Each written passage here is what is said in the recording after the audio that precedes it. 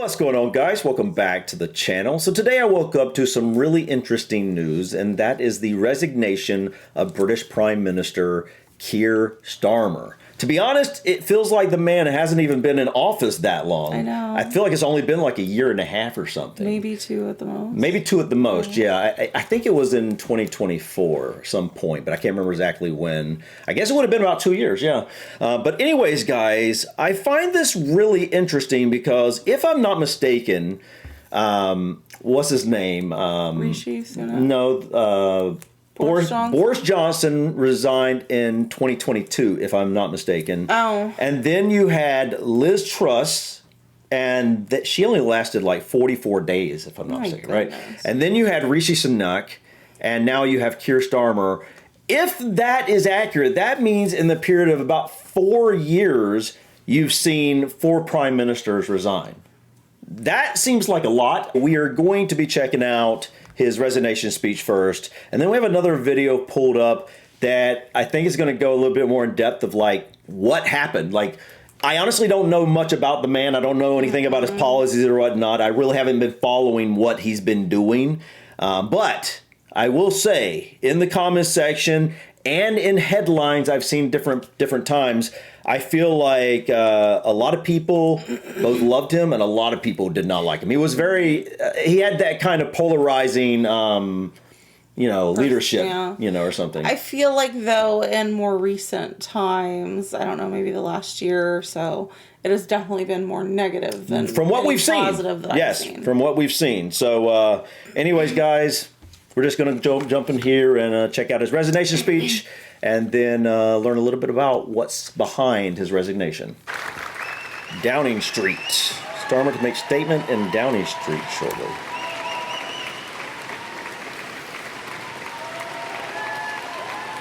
Is the cheering because he's here to resign or because they like him? I don't know.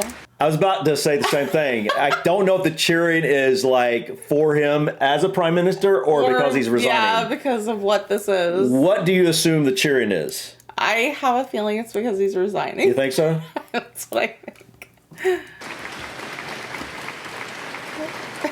Thank you. Thank you. Walking up this street 2 years ago was the proudest moment of my life. A new Labour government, the first in 14 years. Oh, wow. A page in our country's history turned after years of disappointment and despair. The music changed the lives of millions of people for the better. That's what I came into politics for. The journey to that point was not easy. 6 years ago, I inherited a Labour Party that was politically, financially, and morally bankrupt. I was told time and time again that my party was finished, that we were consigned to history, that a majority at the general election, let alone a landslide majority, was impossible. But we proved those people wrong because we changed our party, ripping out the poison of anti-Semitism, restoring trust on the economy, defence and national security, and becoming a party that once again stood proudly with, not against, our national flag. The hard work of change was with a singular purpose, not power for power's sake, but to change Britain for the better, to build a fairer country with dignity and respect, where every... Okay, I'm sorry. I just gotta say, the singing in the background or the music is so distracting. I don't know if that's the point. Yeah. I don't know if it's people who don't like him who are trying to make a ruckus and overpower his... I feel like when you've got music playing like that, it sounds almost celebratory. Yeah, it does. So I feel like that's celebratory music from a group of people who don't like it. I heard some cheering, like cheering and like just yelling, kind of heckling. Yeah, heckling. Yeah. So I feel like that's what's in the background. Yeah. Everyone is seen. Everyone is valued. Wealth and opportunity for all, not just the privileged few. And look at what we've achieved in just 2 years. An economy that is stronger, growing faster than our peers. Wages rising faster than inflation in every single month since we came to power. Investment secured, infrastructure being built. An end to austerity, with the fastest fall in NHS waiting lists for 17 years. The biggest improvement in rights for workers and renters in a generation. The biggest uplift in defence spending since the Cold War. Small boat crossings falling. Asylum hotels closing. Protecting young people from social media. And 500,000 children being lifted out of poverty because of the choices that I made.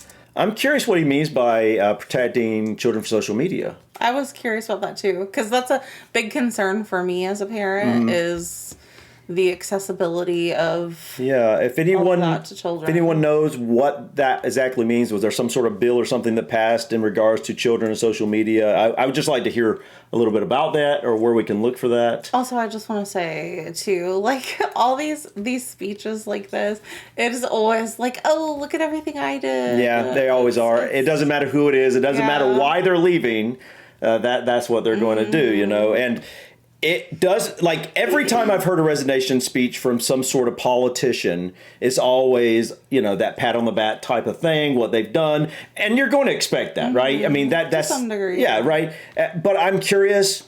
I would love for people to chime in and tell me, as people that don't know what's really happened in your government in the last couple of years in terms of, like, how it's affected you as an individual day to day.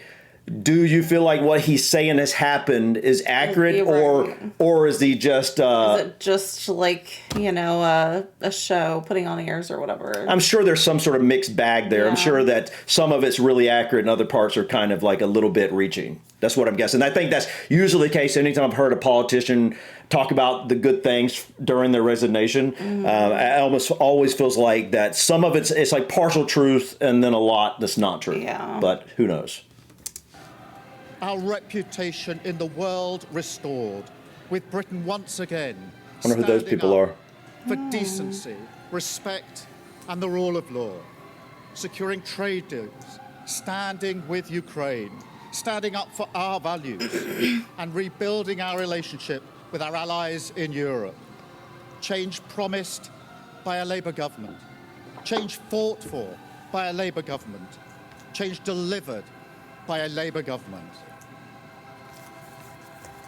But I know the question being asked now is not who was best placed to change the Labour Party, to take us into power and to begin the vital work of improving lives for millions of people.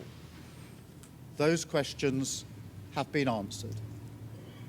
The question my party is asking now is whether I am best placed to lead us into the next general election. Oh, okay. So yeah, that's kind of what I was thinking.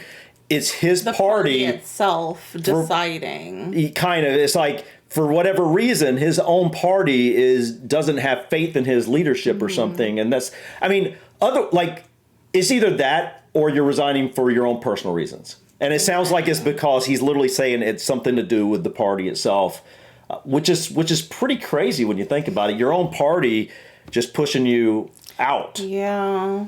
Wow. I have heard the answer of my parliamentary party to that question. And I accept that answer with good grace. Every decision I've taken has been about putting the country I love first. That is why I will resign as leader of the Labour Party. I have spoken to His Majesty the King this morning to inform him of my decision. I will ask the National Executive Committee of the Labour Party to set out a timetable with nominations opening on the 9th of July and completed by the summer recess. Okay. In the case of a contest, this will ensure a new leader is in place before Parliament returns in September. Such I will a remain quick in post as process. Prime Minister It is. until the contest is complete. And I will do everything I can to ensure an orderly handover of power. I will also give my successor my full and unequivocal support, knowing that they will inherit a Britain that is far stronger and fairer than the one I inherited 2 years ago, better prepared for the challenges ahead, and better able to ensure the Labour Party secures a second term in office. I want to thank all of those friends and colleagues That must be who was over there. side for these past 6 years or so, for their incredible commitment, service and support. I want to thank the brilliant Number 10 staff and our country's extraordinary civil service who dedicate their lives to public service. And when I leave the biggest job in the country, I shall spend more time on the most important job, being the best husband I can to my fantastic wife, Vic, who has been a rock by my side through good times and bad, and being the best dad I can to my beautiful children, who are my pride and my joy. Thank you very much.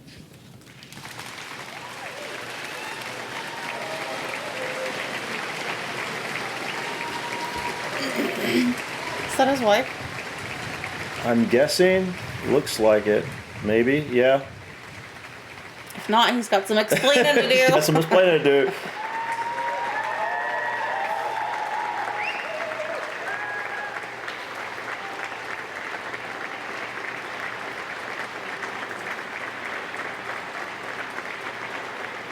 All right. Wow.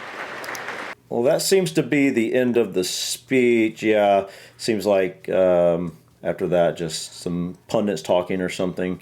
I just want to say it's really so different Yeah. to see this versus what we're used to, which I hate the way ours is set up and how long it takes. Like the election season is just exhausting mentally, emotionally, in every way. It really is. And so this is refreshing to see Yeah. how much simpler the process is, I guess. You know, like to bring about change Now- when you don't like what a prime minister's doing, or In just a moment, we're going to go and check out another video about what happened. Maybe like because we don't have any Yeah, idea. I have no clue. You know, it's just like we don't understand how.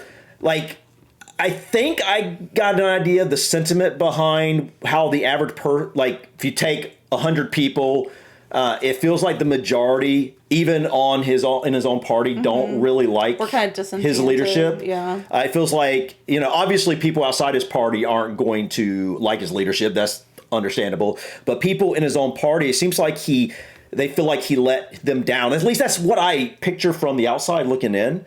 And I'm just really curious, what happened? Yeah. What exactly has made even his own party not have turn faith in his against him a leadership little bit, anymore? yeah. Victories like this one should make a leader impregnable in office. But Keir Starmer started with low net favourability, from which his ratings fell further. There were brief upticks when he first met Donald Trump and later resisted joining Trump's Iran war. His Oh my ratings hovered around the gosh. lows of Boris Johnson and Liz Truss. Oh wow. Okay, I don't know which is more shocking, his low drop to this, but they had even lower. Yeah, that's crazy. Liz Truss, I know she was in for really short, which is shortest prime minister in history. I believe it was 44 days. Dang. I don't know anything about her either. Granted, I don't know much about any of the prime ministers, to be honest.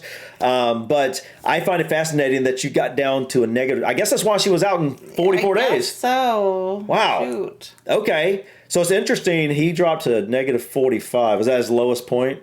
Seems like it. Well, I mean, that's when he's leaving. There was a little lower, but okay. His idea of change was calm after their storms. You have given us a clear mandate, and we will use it to deliver change, to restore service and respect to politics, end the era of noisy performance, tread more lightly on your lives. so yeah, 2 Keir years. Starmer's project was to ish. make the Almost Labour 2 years Party ago. electable again and save it from the hard left. And in that, he was extraordinarily successful. The problem is that the project didn't really extend beyond polling day. He'd arrived with a policy knapsack with little in it. All right, that's 10 Downing Street, right? Yes. You know what? We've never looked into Downing Street itself. We should do that sometime. I think it'd be fascinating. It'd be kind of like looking into the White House from a foreign position, that's what it is. It's y'all's version of the White House. It's where the Prime Minister lives, correct? I think that would be fascinating. We saw the cat. Larry the cat, and that was interesting. Yeah, I love Larry the cat. That's probably the best part about 10 Downing Street. Larry the cat. The country had to wait 118 days until Rachel Reeves' first budget. In the meantime, the government announced one eye-catching policy that stuck in voters' minds: cutting winter fuel allowance. Oh. Save the winter fuel! Save the winter fuel!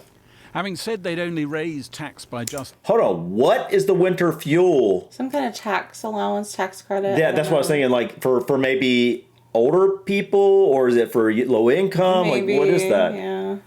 You know, it makes help me... them out through the winter. Right, I wonder how expensive that normally is. If anyone knows what... I mean, I guess a lot of you probably know what it's like to pay for winter fuel. So I'm curious, like, what that average cost looked like and what they were trying to cut means for the average person or whatnot. Over £8 billion. Over two budgets, the government raised taxes by £66 billion. Keir Starmer's attempts to clarify what he was about were ever more forgettable word salads. There are basics in government, and they're foundational. The missions then sit on top of that. They're the foundational stone of the plan. The missions are then the additional things that we want the government to do, and the plan for change then takes them forward with measurable milestones. Wait, was that all at one time, or did they cut that to do that? Well, that's a good question. If they edited it, like, to make it worse than it was, I don't know. Right. But yeah, that was like a whole lot of nothing being said. Didn't have the thing of being a storyteller. To those who knew Keir Starmer in his legal career, his limitations weren't surprising. We, the senior lawyers in chambers, we used to fight over who would have him as our junior in our cases, because he was just so assiduous in his preparations of things. Judges liked him great with legal argument. I wouldn't have said he was a jury lawyer, and so that may explain in some ways that he wasn't a storyteller. Stories are the stuff of life, and telling the stories of how, you know, and telling the same old story about your father being a toolmaker isn't good enough. Okay, I will say that. Granted, again, I don't know much about the man. I've never really heard him speak much. No. So I don't know about his storytelling abilities, but I will say, generally speaking, the politicians that are very good at telling stories, they tend to do much better, because it makes the people feel like they can relate to them better. Many think Keir Starmer's position became irrecoverable when Number 10 tried to pursue £5 billion worth of savings in the welfare budget. The welfare system, as it's set up, it can't be defended on economic terms or moral terms. Labour unity snapped. Dickensian cuts. The dog's breakfast. This is outrageous, man. It is with a heavy, broken heart that I will be voting against this bill today. Keir Starmer's authority over his party wasn't dented, it was destroyed. Oh, wow. What you saw there was the Parliamentary Labour Party rising up, shredding those plans, and with it, the Prime Minister's authority. And from the welfare rebellion on, basically, the government seemed to fold on pretty much any issue that could pitch it against the Parliamentary Labour Party. Most people would sort of acknowledge that on some level. You didn't feel he did. It didn't go in. He had remarkable levels of self-belief and resilience, and I think he was very stubborn. Okay, so... Sounds like the beginning of the downfall was trying to cut all that money in the welfare bill. Yeah, it sounds like that was one of the starts of like the real downfall of his being prime minister. Yeah. Wow. So he gradually started losing his own party as having faith in him. Wow. In 1 year in office, Keir Starmer had said in an interview he felt his first big mistake was when he squeezed the hope out in one of his first big speeches. Things are worse than we ever imagined. Oh. He said another regret was adopting strident language on immigration, which echoed Enoch Powell. We risk becoming an island of strangers. Morgan McSweeney, who ran Keir Starmer's original leadership campaign and the general election campaign, was blamed for feeding him that line, operating Keir Starmer like a glove puppet, dragging him to the right. He was dispensed with when his favoured candidate for Washington ambassador, Peter Mandelson, was forced out over links to Jeffrey Epstein. The relentless fallout from the Mandelson appointment, especially tough for Keir Starmer to take. I am angry. He lied, and he lied again. I am angry. I'm absolutely furious. I know that Keir Starmer had reservations and was listening to other pieces of information that he had, and his own sort of reading of newspapers about Peter, and had never sort of. He was not in the friendship circle of Keir, but Morgan McSweeney was one of Peter's boys. I don't think that boy would recognise where I am now. We faced huge challenges as a family. Relentless attempts to convey his humble origins didn't seem to get cut through. Through that front door, there wouldn't be many people visiting our house because my dad didn't really want people coming in because he feared the conversation, what do you do for a living? And that made him retreat behind that front door.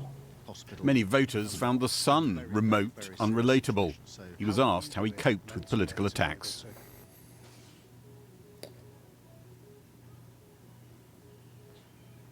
Firstly, I think I'd sort of go in on myself in almost a protective crouch. I'd absorb it into myself. This was before he won.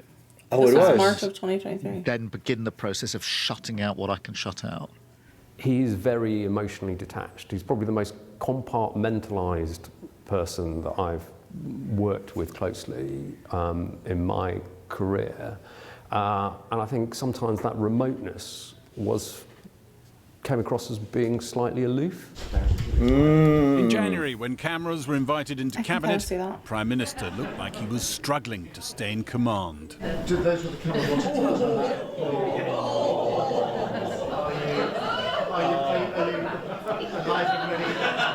Oh, yeah, that doesn't look good, does it? No. Colleagues, let us make a start. Command would soon slip altogether from his grasp. Deliver for the whole country. A high-speed loss of authority that has ended with his removal from office. That was great. That was fantastic. Well done. The right man to remove all trace of Jeremy Corbyn from Labour and to remove the Conservatives from office. Too many, not the right man to run the country. I think this helped me understand a little bit better, slightly, but I'm still not completely there as to what transpired. Is it just basically he wasn't authoritative enough, like getting things done, and just was very weak as a prime minister, or, you know, like what was really going on? I felt like obviously there was a lot he was trying to do that his own party seemed to disagree with him on. And obviously I think it makes sense that you're going to have other parties disagreeing with you a lot. But when your own party starts, you know, going against you, at that point you can see the writing on the wall. Yeah, it's like, okay, well, you know, if you're honest with yourself, you'll be like, okay, I'm not the right person for leading this party anymore, leading this country. And you know, a question I have is, in a situation like this, when the prime minister's own party is kind of turning against them and like calling for them to step down, what happens if they refuse? Like, what if they're just like, I'm not. Yeah, that's true. This is my position. I was voted in. I'm staying, you know. Yeah, I mean, I guess they would hold a vote, right? Would they hold a vote and they would find a new leader in their own party? And it wouldn't matter if they refuse to step down or not. I would guess. I can't imagine they can just stay in and you can't do anything about it. It wouldn't make any sense to me. Well, I'm just saying because here we have terms. Yeah. Like you're in for a term unless legally there's an issue. But Yeah, very, very true. But again, that's prime minister versus president. Yeah. So I mean, that's completely two different things. Even though they're both like the leaders of the country. Guys, we'd love to hear your thoughts on this. Not only on what you think about Keir Starmer resigning and what you think about like his term as prime minister, but I'd like to hear a little bit more about like just the way this works and like because we kind of have a general idea, but we might need to do a video on that because I don't think it's something we've ever really truly we've looked a little bit, but not really dived in like the too whole much process. Yeah, not thoroughly.